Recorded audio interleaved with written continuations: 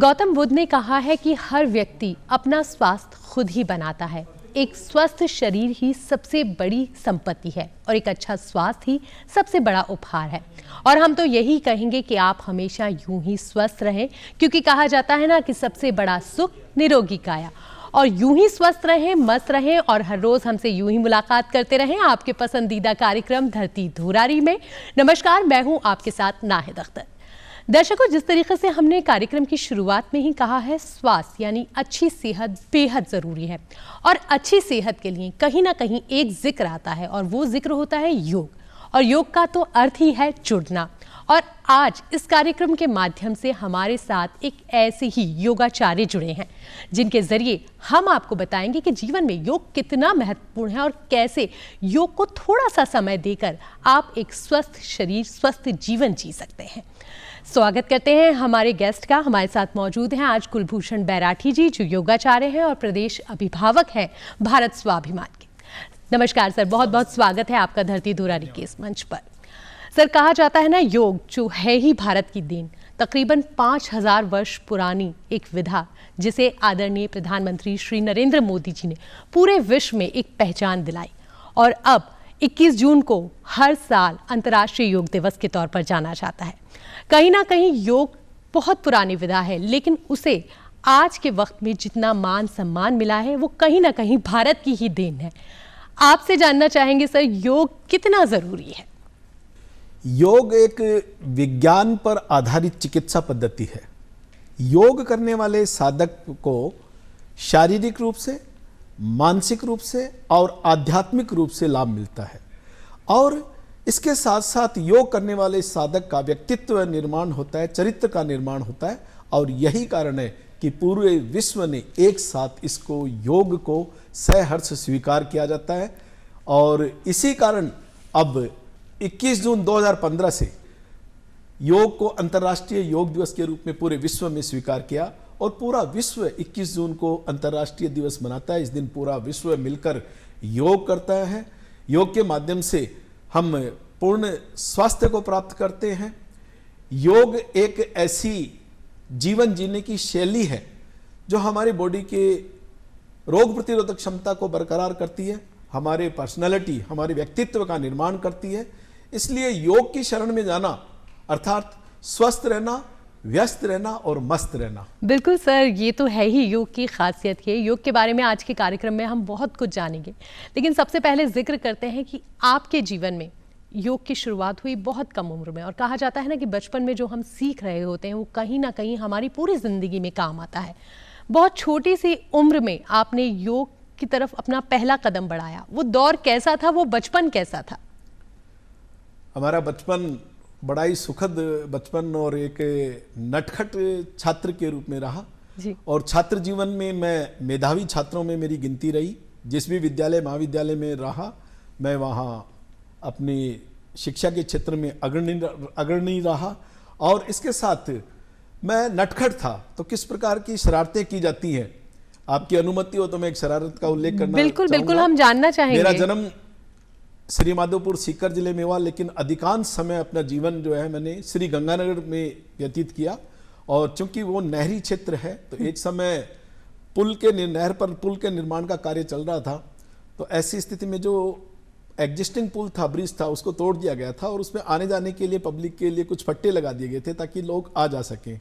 तो हम कुछ छात्र मिलकर ऐसी शरारत करते थे कि उन फट्टों को नहर के बिल्कुल किनारे पे लगा देते थे, जिससे जो कोई भी आता जाता था वो सीधा नहर में गिरता था। इस तरह थोड़ा नटखट जीवन रहा बचपन में। यानी बचपन में आप खासे शरारती रहे हैं। एक सवाल जानना चाहूंगी सर, जब व्यक्ति योग कर रहा होता है तो कहीं ना कहीं उसकी बॉडी फ्लेक्सिबिलिटी में आ जाती है। बहुत कम उम्र में, 15 साल की उम्र में आपने योग की शुरुआत की। उस वक्त जब 1974-76 का जो वक्त था, उस दौरान योग इतना चलन में नहीं था। पुराने लोग करते थे लेकिन इतना चलन में नहीं था। कहीं ना कहीं माता पिता ने रोका नहीं कि एक मेधावी छात्र है, ये क्या कर रहा है, खेलकूद की तरफ जा रहा है, ये योग कर रहा है, ये क्या कुछ कर रहा है? नहीं, योग के प्रति हमारी रुचि शुरू से ही रही। बाल्यावस्था से ही, किशोरावस्था से हम योग करने लगे। और मेरे को कभी मेरे परिवार के किसी व्यक्ति ने, माता पिता, भाई बहन, किसी ने रोका नहीं, अपितु प्रेरित किया। और मैं और मेरा परिवार इस बात को समझते थे कि योग एक प्रकार से जीवन जीने की कला है, एक विज्ञान है। हम योग के माध्यम से किस प्रकार से स्वस्थ रह सकते हैं और अपने व्यक्तित्व का निखार कर सकते हैं। योग केवल स्वस्थ रहना या अपने शरीर को सुंदर सुडौल बनाना ही नहीं, अपितु यदि देखा जाए तो जो वैचारिक परिवर्तन आता है, किसी प्रकार का कोई गलत विचार आपके मस्तिष्क में कभी आएगा ही नहीं, और ये केवल संभव है तो योग से संभव है। बिल्कुल, कहा भी जाता है कि योग मन, आत्मा और शरीर के बीच एक सद्भाव पैदा करता है और उन तीनों के बीच एक तालमेल पैदा करता है। यही वजह है कि जो व्यक्ति योग कर रहा होता है वो एक स्वस्थ जीवन तो जीता ही जीता है, कहीं ना कहीं एक मन में शांति होती है जो आज के वक्त में हर किसी व्यक्ति के लिए बेहद ज़रूरी है। आप खासे मेधावी छात्र रहे थे और यही वजह रही कि आप बैंक में कार्यरत भी रहे, बल्कि एक मैनेजर के पद पर कार्यरत रहे। वहां तक पहुंचने का सफ़र कैसा था और कैसा था वो अनुभव आपका जब आपने बैंक के अंदर कार्य किया? हमारे बैंक में कार्य करने का कारण रहा, पिताजी का छोटी अवस्था में स्वर्गवास हो गया था, रोजगार की आवश्यकता थी, इसलिए मैंने बैंक को ज्वाइन किया और जिस बैंक में मैंने कार्य किया बड़ी लगन के साथ किया और 23 वर्षों तक बैंक में काम किया मैंने। बहुत खूब सर, कहा जाता है ना कि योग वो विधा है जिसके लिए कहीं ना कहीं समर्पण भाव चाहिए होता है। बिना समर्पण के आप योग नहीं कर सकते। शायद यही भावना आपके मन में थी कि आपने बैंक के मैनेजर पद से इस्तीफा दे दिया और अपना जीवन ही योग को समर्पित कर दिया। लेकिन इसकी एक खास वजह रही, वो वजह मैं आपसे जानना चाहूँगी, वो क्या वजह थी जिसके लिए आपने इतना बड़ा कदम उठाया? मैं एक बहुत बड़े साधु के, संत के, स्वामी के संपर्क में आया और उनकी प्रेरणा से उन्होंने योग के प्रति मेरी समर्पण, श्रद्धा, आस्था को देखते हुए मुझे ये कहा कि आपको बैंक की नौकरी छोड़नी चाहिए और समाज के लिए ये योग का फैलाव, प्रचार, प्रसार करना चाहिए। और यही कारण है, उसके बाद में मैं पूर्णतः समर्पित रहा योग के प्रति और न केवल राजस्थान बल्कि पूरे देश के अंदर मैं योग का प्रचार प्रसार करता रहा। और विशेष बात मैं यहाँ उल्लेख करना चाहूँगा कि मैं योग की मानद सेवाएं उपलब्ध कराता हूँ। मेरा इसमें या मेरा व्यवसाय या प्रोफेशन नहीं है, मेरी रुचि है, मेरा पैशन है। वाकई, और वो कहा ही जाता है ना कि योग तो है ही भक्ति भाव, श्रद्धा का भाव। यहाँ एक जिक्र करना चाहूँगी मैं, कहा जाता है कि जब कोई भी विधा होती है, जब हम अपने जीवन के अंदर उसे अपनाते हैं या कोई अनुभव ऐसा रहता है जो हमारी ज़िंदगी से कहीं ना कहीं गुजरता है, तब वो एक सबक होता है, ना सिर्फ हमारे लिए बल्कि कई लोगों के लिए। ऐसा ही सबक रहा आपके जीवन में योग का। आप योग से जुड़े हुए थे। एक वक्त था जब आपकी पत्नी कहीं ना कहीं डिप्रेशन की शिकार हो गई और उनका मन स्वस्थ नहीं था। कैसे आपने उन्हें योग के जरिए स्वास्थ्य जीवन की ओर बढ़ाया, वो आपसे जानना चाहेंगे। कुछ ऐसी पारिवारिक परिस्थिति बनी कि सन 1994 में मेरी धर्मपत्नी मानसिक अवसाद में चली गई और जब इधर उधर संपर्क किया तो मेरे को किसी ने बताया कि आप तो स्वयं योग करते हो, तो योग की शरण में रहिए, निश्चित रूप से लाभ मिलेगा।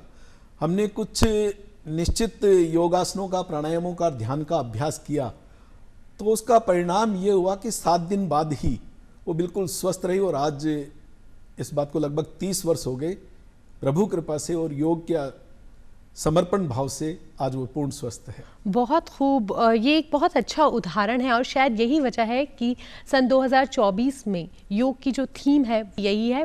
कितना ज़रूरी है और ये जो थीम है इसका कितना महत्व है?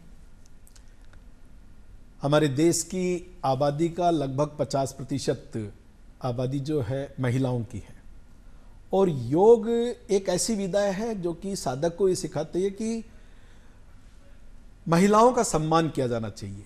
जो सच्चा योगी होगा वो हर महिला में अपनी माँ का, बहन का, बेटी का रूप देखता है। इससे बड़ी बात और क्या हो सकती है। और योग की जो शरण में रहेगा वो तो निश्चित रूप से महिलाओं का सम्मान करेगा और यदि हम महिलाओं का सम्मान करते हैं तो निश्चित रूप से हमें कुछ भी सीखने को मिलता है। तो माँ से मिलता है, बड़ी बहन से मिलता है, भाभी से मिलता है और यदि मैं ये कहूँ कि पत्नी से भी बहुत कुछ सीखने को मिलता है तो उसमें कोई अतिशयोक्ति नहीं और बेटियों से भी हमें बहुत कुछ सीखने को मिलता है। इसलिए जो अपने जीवन में कुछ सीखने को मिलता है वो महिलाओं से सीखने को जो मिलता है उसका कोई मूल्य नहीं होता। और ये जो इस वर्तमान में जो थीम रखा है ये बहुत ही सोच समझकर, बहुत उपयुक्त वर्तमान परिप्रेक्ष्य में जो थीम होना चाहिए वो रखा गया है। बिल्कुल, बहुत खूब सर। और कहा भी गया है कि अगर महिला स्वस्थ होगी तो ही पूरा परिवार स्वस्थ होगा, इसलिए ज़रूरी है महिलाओं को अपने स्वास्थ्य का ध्यान रखने का। यहाँ हम ये ज़रूर जानना चाहेंगे कि आप क्या कहेंगे उन महिलाओं को, उन जो आज हमारे ज़रिए आपको देख रही हैं, सुन रही हैं, उनके लिए थोड़ा सा वक्त अपने 24 घंटों में योग को देना कितना ज़रूरी है? थोड़ा सा वो वक्त कैसे निकाल सकती हैं, वो आप ही के ज़रिए जानना चाहेंगे। जैसे अभी आपने बतलाया कि यदि हमारी महिलाएं, चाहे वो माँ के रूप में हो, बहन के रूप में हो, पत्नी के रूप में हो, बेटी के रूप में हो, यदि वे स्वस्थ रहेंगी तो निश्चित है, आप ये मान के चलिए कि हमारा पूरा परिवार स्वस्थ रहेगा। यदि महिला ही किसी रोग से पीड़ित है तो परिवार सही रूप से चल नहीं पाता। वो माँ अपने बच्चों को वो संस्कार नहीं दे पाएगी, वो वात्सल्य नहीं दे पाएगी, वो संस्कार नहीं दे पाएगी, वो स्नेह नहीं दे पाएगी।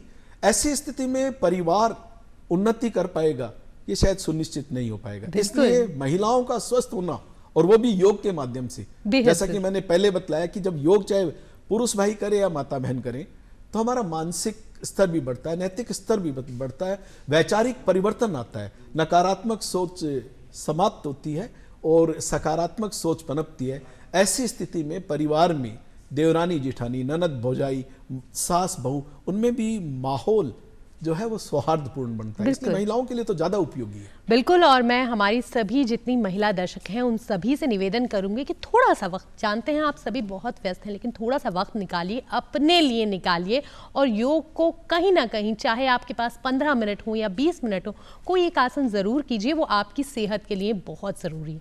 सर, यहाँ एक जिक्र करना चाहेंगे, योग कहीं ना कहीं भारत की सदियों पुरानी देन थी, लेकिन आदरणीय प्रधानमंत्री श्री नरेंद्र मोदी जी ने उसे एक नई पहचान दी है और समय समय पर वो योग आसन करके कहीं ना कहीं अवेयर करते हैं कि ना सिर्फ 21 जून के दिन बल्कि हर दिन आप अब योग को थोड़ा सा वक्त दीजिए और योगासन कीजिए। हाल ही उन्होंने सोशल मीडिया पर अपने 2 योगासन जो थे, वो ताड़ासन और वृक्षासन, उन दोनों के वीडियो अपलोड किए और उनके बारे में बताया। यहाँ हम उनके बारे में आपसे जानना चाहेंगे। और जब जिक्र हुआ है महिलाओं का और आप इस तौर लिए ख़ास तौर पर काम कर रहे हैं, कोशिश कर रहे हैं कि जो हमारी नई बच्चियाँ हैं वो योग से खुद को जोड़ें, तो सबसे पहले हम जानना चाहेंगे ताड़ासन और वृक्षासन के बारे में आपसे।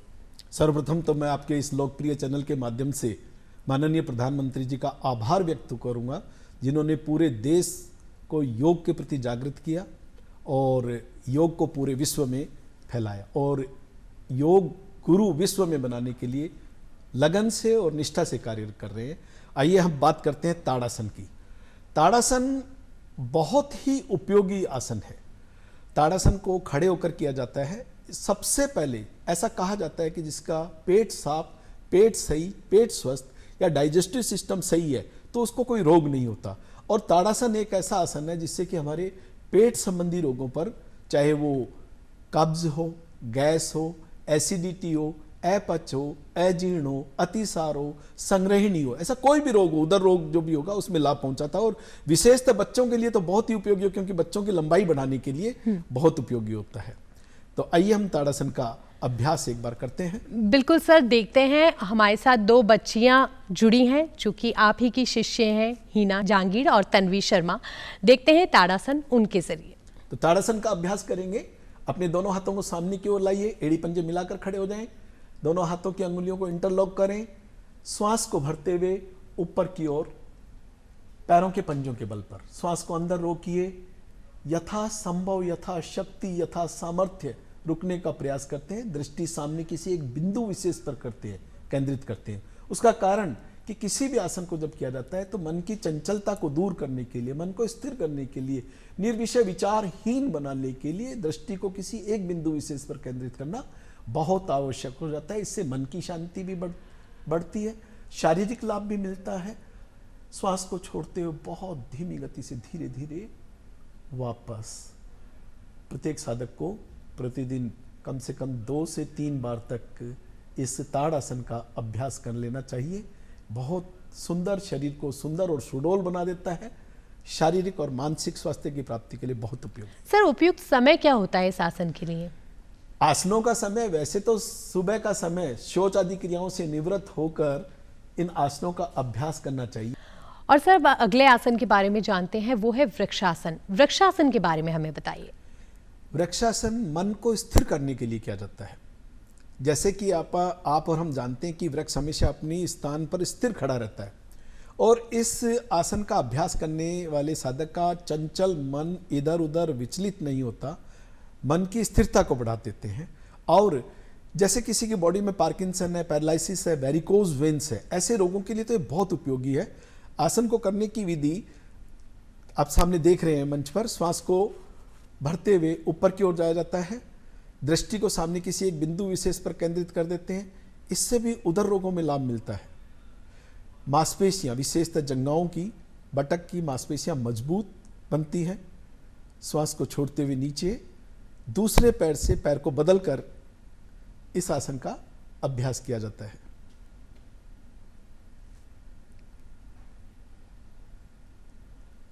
बहुत ही उपयोगी, शरीर को सुंदर सुडौल बनाने के लिए। इससे मोटापा नहीं आएगा। जिनको मोटापा है उन लोगों को जरूर करना चाहिए। मोटापे को दूर करने के लिए बहुत उपयोगी। श्वास को बाहर की ओर छोड़ते हुए धीरे धीरे वापस। तो अभी हमने 2 आसनों का अभ्यास किया। तो सर, ये आप ही की दोनों शिष्या हैं, तन्वी और हिना। खासतौर से आपकी कोशिश रही है कि बच्चियों को, जो आजकल की बच्चियां हैं, उन्हें योग से जोड़ना कितना सार्थक सिद्ध हो रहा है और कितनी कठिन होती है ये कोशिश? देखिए, आने वाली पीढ़ी को, चाहे बेटियां हों या बेटे, उन्हें योग से जोड़ा जाना बहुत ही आवश्यक है, क्योंकि ये हमारी भारतीय विधा है, ये हमारी संस्कृति है। जब तक इस विधा को इन आने वाली पीढ़ी को नहीं बताया जाएगा तो किसी न किसी समय पर ये आने वाले समय में लुप्त हो जाएगी। और हमारी नई पीढ़ी इससे जुड़ेगी, इनको करेंगी तो निश्चित रूप से स्वस्थ रहेंगे, मानसिक रूप से स्वस्थ रहेंगे, चरित्र का निर्माण होगा, नैतिक निर्माण होगा। और अब तो स्पोर्ट्स में भी योग को शामिल कर लिया गया है, तो ओलंपिक में भी जाने की हम उम्मीद कर रहे हैं। तो निश्चित रूप से हमारे भारत के बच्चे, आने वाली पीढ़ी ओलंपिक में भी मेडल लेके आएंगे। ये ऐसी हमारी इन बच्चियों के लिए, सबके लिए शुभकामनाएं हैं। बहुत बढ़िया सर। योग के बारे में आपसे इतना दिलचस्प जानने को मिल रहा है कि मेरी जो जिज्ञासाएं हैं वो बढ़ती ही जा रही हैं। यहाँ योग का जब हम जिक्र करते हैं तो उसके 8 अंगों के बारे में जिक्र ज़रूर होता है। उनके बारे में आपसे जानना चाहूँगी, क्या कुछ खास होता है वो, और कितना ज़रूरी होता है, और स्टेप बाय स्टेप कैसे होता है? देखिए, महर्षि पतंजलि ने अष्टांग योग के बारे में बतलाया है। उसमें यम, नियम, आसन, प्राणायाम, प्रत्याहार, धारणा, ध्यान और समाधि का बहुत ही विस्तृत उल्लेख किया गया है। इसे बहुत संक्षिप्त समय में अपन इस पर चर्चा नहीं कर सकते, लेकिन वर्तमान परिप्रेक्ष्य में यदि हम केवल आसन, प्राणायाम और ध्यान का अभ्यास करते रहें तो निश्चित रूप से हम सब लोग स्वस्थ रहेंगे, हमारे चिकित्सा व्यय में कमी होगी, हमारी कार्यक्षमता बढ़ेगी। और एक छोटा सा उदाहरण देता हूं अपने शरीर की कार्यक्षमता को बढ़ाने के लिए। अभी आपने देखा होगा पूरे विश्व में भारत ने सूर्य नमस्कार का अभ्यास कर वर्ल्ड रिकॉर्ड बनाए हैं। बिल्कुल 75 करोड़ से भी अधिक सूर्य नमस्कार का अभ्यास किया गया है अमृत महोत्सव के उत्सव पर, यानी कि 75वीं आजादी की 75वीं वर्षगांठ पर 75 करोड़ सूर्य नमस्कार। तो आपके इस लोकप्रिय चैनल के माध्यम से मैं सूर्य नमस्कार के बारे में जरूर जानकारी देना चाहूंगा, जो कि हमारे को हर प्रकार से स्वस्थ बनाने में सक्षम है। तो सर, सूर्य नमस्कार के बारे में जानना चाहेंगे, लेकिन साथ ही हमारे साथ निकिता हिरनवाल, जो कि आपकी ही शिष्या हैं, वो जुड़ चुकी हैं। और आप बताइए कैसे सूर्य नमस्कार किया जाता है और क्या सही तरीका है उसका करने का? सूर्य नमस्कार में एक आवृत्ति में हम 12 आसनों का अभ्यास करते हैं। ये चाहे बच्चे हों, युवा हों, प्रौढ़ हों, वृद्ध हों, माताएं बहनें हों, सभी के लिए बहुत उपयोगी है। बस माताओं बहनों को गर्भावस्था के समय और मासिक धर्म के दौरान इस सूर्य नमस्कार का अभ्यास। तो सर, निकिता हमसे जुड़ चुकी हैं, तो आइए देखते हैं कि किस तरीके से सूर्य नमस्कार सही तरीके से किया जाता है। मैं निकिता से निवेदन करूंगा कि दोनों हाथ जोड़ते हुए सूर्य भगवान को नमस्कार करें। पहला आसन की स्थिति में, ये सूर्य नमस्कार की पहली स्थिति है, इसे प्रणाम आसन, नमस्कार आसन कहा जाता है। इस स्थिति में एक बार लंबा गहरा श्वास लेकर सूर्य भगवान को प्रणाम करते हुए श्वास को छोड़ते हैं। उसके बाद में दूसरी स्थिति में आते हैं, जिसे पूर्वोत्तानासन कहते हैं। दूसरी स्थिति में आने के लिए, पूर्वोत्तानासन करने के लिए श्वास को भरते हुए अपने दोनों हाथों को ऊपर की ओर ले जाते हैं अपने कटी क्षेत्र तक, नाभि तक के शरीर को स्थिर रखते हैं। ऊपर वाले शरीर को पीछे की ओर बेंड किया जाता है श्वास को भरते हुए, जिससे कि फेफड़े फैलें और उनमें पर्याप्त मात्रा में ऑक्सीजन जाए। फिर तीसरी स्थिति में आने के लिए कमर दर्द वालों को नहीं करना, आगे की ओर झुकते हैं, दोनों हथेलियां अपने दोनों पैरों के दाएं बाएं लाकर रखते हैं और अपना फोरहेड, माथा घुटनों से स्पर्श करा देते हैं। इस स्थिति में थोड़ा रुकना 10 सेकंड, और उसके बाद में चौथी स्थिति दक्षिण अश्व संचालन बोलते हैं उसे। अपना पैर पीछे की ओर लेकर जाते हैं, दायां पैर आगे की ओर रहता है, बाएं पैर को पीछे की ओर ले जाते हैं, बाएं पैर के घुटने को भूमि से स्पर्श करा देते हैं, अपनी कमर को मोड़ते हुए सामने सूर्य भगवान की ओर देखा जाता है। 10 सेकंड श्वास को अंदर रोकते हुए रुकते हैं। उसके बाद में श्वास को छोड़ते हुए अपना दायां पैर भी पीछे की ओर ले जाते हैं, दोनों पैरों को पीछे से मिला देते हैं। और यह पांचवी स्थिति पर्वतासन की स्थिति आती है। यहाँ पर हम सामान्य स्थिति में श्वासों की स्थिति को सामान्य रखते हुए रुकते हैं। फिर इसी स्थिति में एक बार लंबा गहरा श्वास लिया जाता है और छठी स्थिति में अष्टांग आसन की स्थिति में आते हैं, श्वास को बाहर की ओर निकाल कर रोकते हुए। शरीर के 8 अंग, यानी कि दोनों पैरों के पंजे 2, दोनों घुटने 4, वक्षस्थल 5, दोनों हथेलियां 7 और ठुड्डी 8, श्वास को बाहर निकाल कर रोकते हैं। फिर उसके बाद में हम 7वीं स्थिति में आते हैं, भुजंग आसन की स्थिति में। श्वास को भरते हुए नाभि को भूमि से टच करते हैं और नाभि से ऊपर के शरीर को ऊपर की ओर उठाकर सूर्य भगवान की ओर देखते हैं। इसे भुजंग आसन, कोबरा आसन भी, पोज भी कहा जाता है। शरीर की आकृति सर्प की भांति बनती है, इसलिए इसे बोलते हैं। कमर दर्द के लिए बहुत उपयोगी। 8वीं स्थिति आती है पुनः पर्वत आसन की दूसरी स्थिति।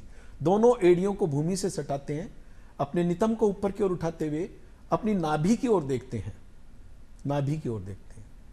इससे आपकी मांसपेशियों पर, विशेषतः पिंडलियां, जंघाओं, नितंब की मांसपेशियों पर प्रभाव पड़ता है और वो सशक्त बनती है।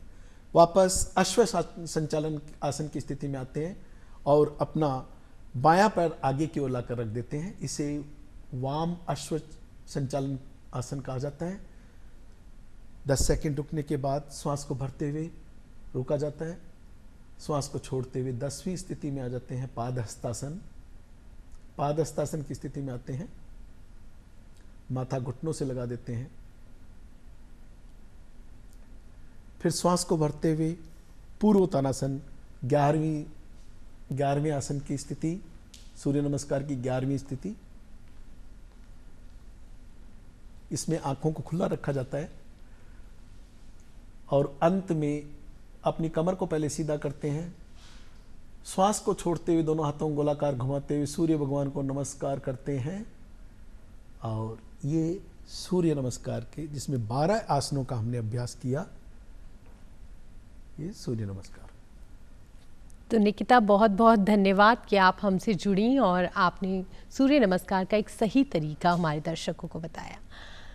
यहाँ हम जिक्र कर रहे हैं सूर्य नमस्कार का। सूर्य नमस्कार कहीं ना कहीं इस दौर में बहुत प्रचलन में है, ना कि आम इंसान बल्कि सेलिब्रिटी भी कोशिश कर रहे हैं कि वो सूर्य नमस्कार करें। कि क्या सही वक्त होता है और कितनी बार ये करना चाहिए? सूर्य नमस्कार को सही करने का समय जो है वो सूर्योदय के समय को श्रेष्ठ समय माना गया है। ब्रह्म मुहूर्त में भी इसे किया जा सकता है। और एक बार में चूंकि 12 आसन होते हैं और 12 बार करेंगे तो 144 आसन हो जाते हैं। इनको चूंकि श्वास प्रश्वास की क्रिया के साथ किया जाता है तो ऐसी मान्यता है कि प्राणायाम भी एक साथ हो जाते हैं। अच्छा। इसलिए ये बहुत उपयोगी, यदि किसी साधक के पास समय का अभाव हो और एक दिन में 12 बार सूर्य नमस्कार करने में उसे 20 मिनट लगेंगे। यदि जिस प्रकार से अभी हमने किया तो 20 मिनट में 12 सूर्य नमस्कार किए तो 144 आसन हो गए। शरीर को सुंदर सुडौल बनाएगा, मानसिक रूप से स्वस्थ रहेंगे और वैचारिक दृष्टिकोण से यदि देखा जाएगा तो आप उच्च विचारों की ओर अग्रसर होंगे। बहुत खूब। यानी ये 20 मिनट आपकी जिंदगी की खुशहाली भरे हो सकते हैं अगर आप 20 मिनट थोड़ा सा वक्त निकाल के कहीं ना कहीं अगर सिर्फ सूर्य नमस्कार भी कर लेंगे तो रोज की जो जिंदगी है वो कहीं ना कहीं खुशनुमा होगी और जो बीमारियां हैं वो आपसे दूर रहेंगी। शरीर स्वस्थ रहेगा, शरीर भी ऊर्जा से भरा रहेगा, क्योंकि सबसे ज्यादा जरूरी होता है एक पॉजिटिव एनर्जी जो कि योग के माध्यम से ही आती है। कहीं ना कहीं वो हमें एक पॉजिटिव एनर्जी एनर्जी ही होगी, वो एनर्जी हमें पूरे दिन भर अच्छे से चला सकती है। और कहीं ना कहीं वो जब व्यक्ति खुद स्वस्थ रहेगा तो परिवार भी स्वस्थ रहेगा। यहाँ जिक्र करना चाहेंगे हम चक्र, नाड़ी और बंध। योग के जो 3 प्रकार हैं उनके बारे में मैं जानना चाहूंगी आपसे। देखिए, योग में कुछ विशेष महत्वपूर्ण बातें हैं। जैसे श्वास लेने की क्रिया को बोलते हैं पूरक, श्वास को छोड़ने की क्रिया को बोलते हैं रेचक, और श्वास को रोकने की क्रिया को बोलते हैं बंध, कुंभक। श्वास रोकने की क्रिया को कुंभक बोलते हैं। और कुंभक 2 प्रकार से लगाया जा सकता है। एक तो श्वास को भीतर की ओर लेकर रोकेंगे और श्वास को बाहर की ओर निकाल कर रोकेंगे। यही प्राणायाम भी है। अब मेन चीज आती है बंद के बारे में।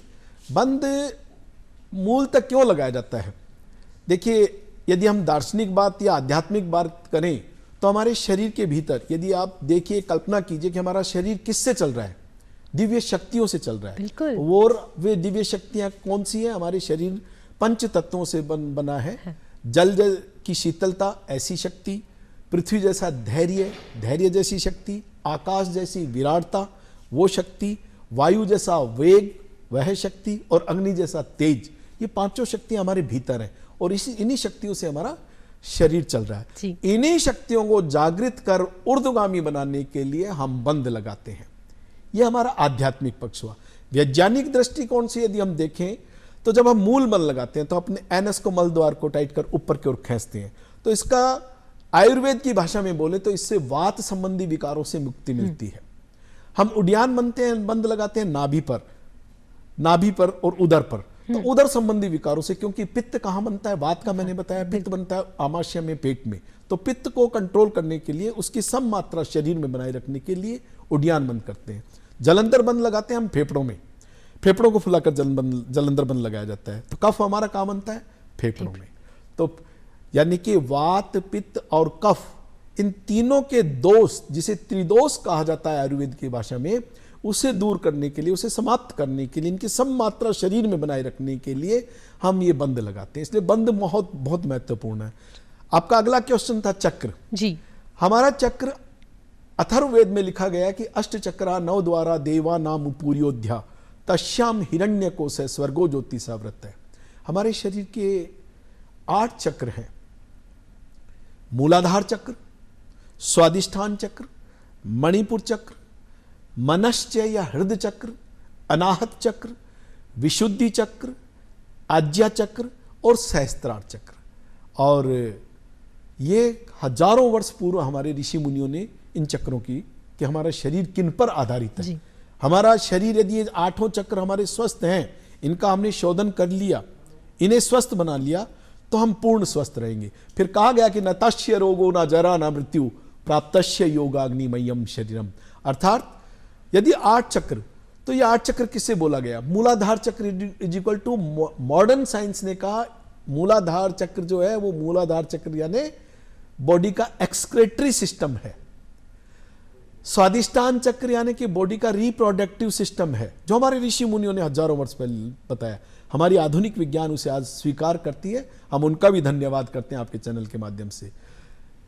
मणिपुर चक्र यानी कि बॉडी का डाइजेस्टिव सिस्टम, मनश्चय चक्र यानी बॉडी का स्केलेटन सिस्टम, अनाहत चक्र यानी बॉडी का सर्कुलेटरी सिस्टम, विशुद्धि चक्र यानी बॉडी का रेस्पिरेटरी सिस्टम, आज्ञा चक्र यानी बॉडी का नर्वस सिस्टम, और सहस्त्रार चक्र यानी बॉडी का एंडोक्राइन सिस्टम, जो कि हमारी बॉडी के समस्त ग्लैंड्स को कंट्रोल करता है। और हमारी ऋषि मुनियों ने उस समय इसीलिए बतलाया कि यदि आपका एंडोक्राइन तक आप शोधन कर लेते हैं योग के माध्यम से, योगिक क्रियाओं के माध्यम से, तो आपकी बॉडी की जितनी भी ग्लैंड्स हैं, चाहे वो थायराइड ग्लैंड हो, पिट्यूटरी ग्लैंड हो, पेनक्रियाज ग्लैंड हो, प्रोस्टेट ग्लैंड हो, अदर ग्लैंड्स जितनी भी हैं, वो कंट्रोल में रहेंगी, तो इनसे संबंधित कोई रोग नहीं होगा। अब आप ये देखिए कि आज की स्थिति में अधिकांश रोगी कौन से हैं? मधुमेह रोग से पीड़ित हैं, थायराइड रोग से पीड़ित हैं।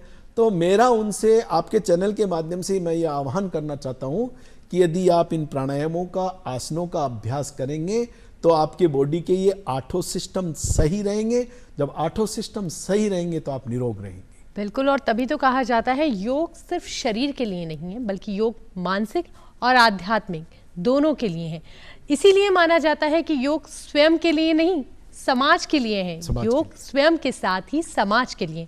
आपकी नज़र में इस शब्द का क्या महत्व है, योग स्वयं के लिए साथ साथ समाज के लिए भी? बड़ा स्पष्ट है, बहुत ही स्पष्ट और सरल है। यदि मैं स्वयं स्वस्थ रहूंगा तो मेरा परिवार को मैं पूरी देखभाल कर पाऊंगा, मैं समाज के लिए कार्य कर पाऊंगा, मैं राष्ट्र के लिए कोई कार्य कर पाऊंगा। और योग का देखिए एक लाभ और बताता हूं, आर्थिक दृष्टि से बहुत लाभ है। परिवार की आर्थिक स्थिति सुदृढ़ बनती है। यदि आज मैं योग नहीं करूंगा, दूसरे लोग हमारे साथी योग नहीं करेंगे, उन्हें अनेकों अनेक रोग घेरेंगे, उनका चिकित्सा व्यय बढ़ जाएगा। तो इसमें समाज में असंतुलन बनता है इससे। यदि किसी एक व्यक्ति विशेष की आर्थिक स्थिति बहुत अच्छी है और बीमारी के कारण दूसरे उसी परिवार के सदस्य की दूसरी स्थिति खराब है, तो परिवार में वो सामंजस्य नहीं बैठ पाता। इसलिए परिवार न केवल स्वयं के लिए अपितु समाज के लिए, राष्ट्र के लिए, राष्ट्र की उन्नति के लिए योग बहुत महत्वपूर्ण है। बिल्कुल, और इसीलिए दर्शकों हम यही कहना चाहेंगे कि थोड़ा सा वक्त रोजाना योग के लिए ज़रूर दीजिए, ताकि आप एक स्वस्थ जीवन जी सकें, परिवार खुशहाल रहे, स्वस्थ रहे। और 21 जून जो कि हर वर्ष अंतर्राष्ट्रीय योग दिवस के रूप में बनाया जाता है, उस दिन योग करना ना भूलें, योग ज़रूर करें। योग और नृत्य का कहीं ना कहीं एक दूसरे से थोड़ा सा एक संबंध ज़रूर है। चूँकि अब वक्त हो चला है कि हम आपसे इजाज़त लें, लेकिन वाकई हमें और हमारे दर्शकों को बहुत कुछ ज्ञानवर्धक जानने को मिला योग के बारे में। चलते चलते आप क्या कहना चाहेंगे हमारे दर्शकों को कि कैसे वो स्वस्थ रहें, अच्छा स्वस्थ रहें? मेरा यही निवेदन रहेगा सभी दर्शकों से और अपने देशवासियों से कि योग केवल 21 जून को ना करें, 365 दिन करें। जब 365 दिन करेंगे तो स्वस्थ रहेंगे और हर दिन को 21 जून मानकर योग करें। कुलभूषण जी, आप यहाँ आए और आपके माध्यम से हमें बहुत कुछ योग के बारे में जानने को मिला और वाकई हमारे दर्शकों को भी आज बहुत ज़्यादा ज्ञानवर्धक चीज़ जानने को मिली होंगी। और उम्मीद करते हैं कि ना सिर्फ 21 जून को बल्कि हर दिन हमारे दर्शक योग को अपने जीवन में ज़रूर समय देंगे। सर, आपका बहुत बहुत धन्यवाद यहाँ आने के लिए। और दर्शकों, अब वक्त हो चला है कि हम आपसे इजाज़त लें, लेकिन इस वादे के साथ कि जल्द आपसे होगी फिर मुलाकात किसी और ख़ास शख्सियत के साथ। तब तक मुझे और मेरी पूरी टीम को दीजिए इजाज़त। नमस्कार।